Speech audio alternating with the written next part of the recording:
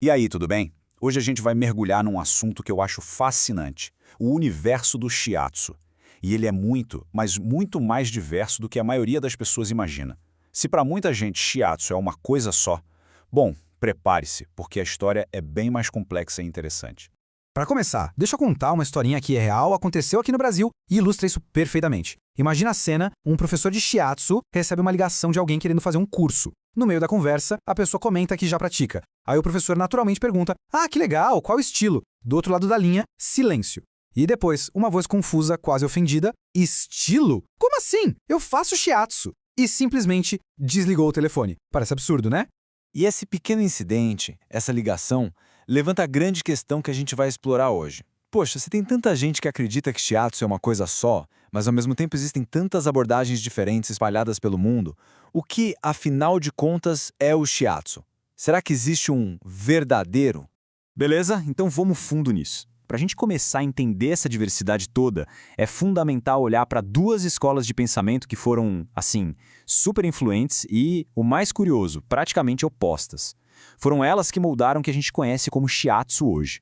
E aqui estão os dois polos. De um lado a gente tem a escola Namikoshi. A pegada deles era se alinhar com a medicina ocidental, sabe? Foco total em anatomia, fisiologia, protocolos. Bem científico.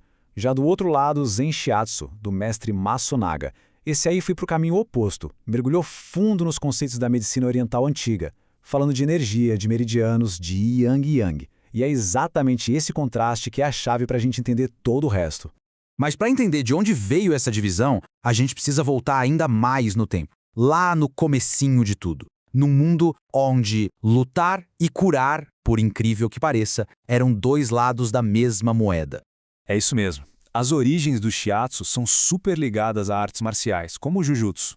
Pensa bem, para os samurais, entender o corpo para poder curar um ferimento, uma luxação, era tão importante quanto saber como se defender. A cura fazia parte do pacote do guerreiro, era essencial. E essa linha do tempo aqui mostra esse caminho de forma muito clara. A gente vê a coisa evoluindo desde as filosofias das artes marciais até a primeira vez que o nome shiatsu apareceu num livro, lá em 1919, com Tamai Tempaku. E é importante dizer, ele não inventou tudo do zero. O que ele fez foi genial. Ele integrou várias técnicas que já existiam, como a massagem tradicional Ama e os exercícios de automassagem Do-In, em um sistema único. Agora, avançando um pouco no tempo, o período pós-Segunda Guerra Mundial foi um momento de virada total. Foi aí que o mundo do shiatsu meio que se dividiu, polarizado por duas figuras muito poderosas que levaram a prática para direções completamente diferentes. E essa tabela deixa a grande divisão bem clara. O Namikoshi buscou, e conseguiu, o reconhecimento oficial do governo japonês. Para isso, ele alinhou o shiatsu com a ciência ocidental. Já o Masunaga fez o caminho de volta às raízes, reintegrando toda a filosofia da medicina chinesa, usando o diagnóstico pelos meridianos, procurando o Kyoi e o Jitsu, ou seja, os pontos de deficiência e de excesso de energia.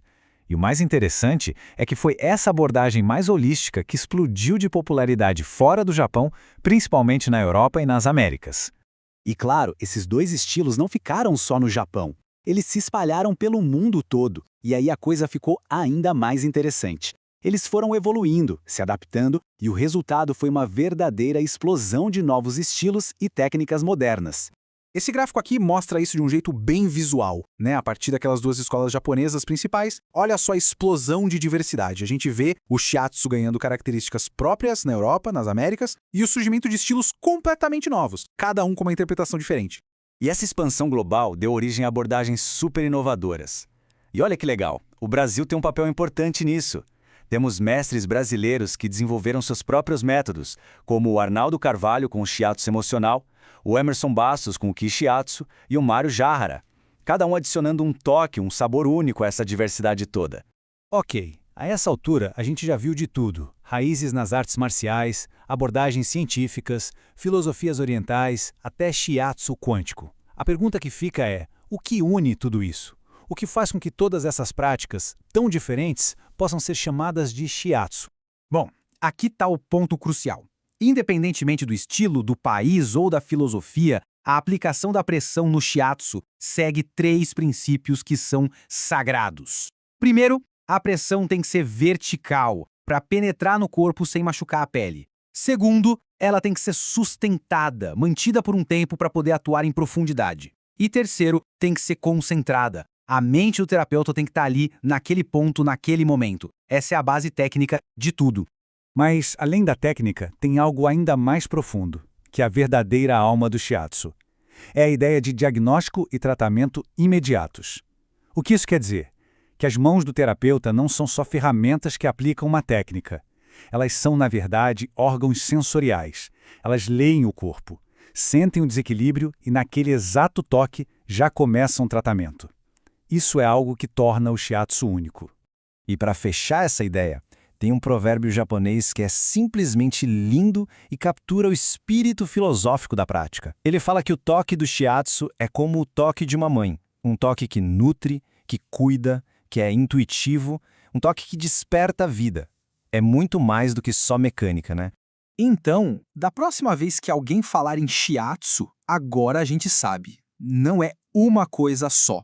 É um universo gigantesco, profundo, com muitos caminhos e histórias. E isso nos deixa com uma reflexão final, que vale para qualquer terapia. Com tantas técnicas e filosofias, o que é que, lá no fundo, realmente define um toque que cura? Fica aí a pergunta.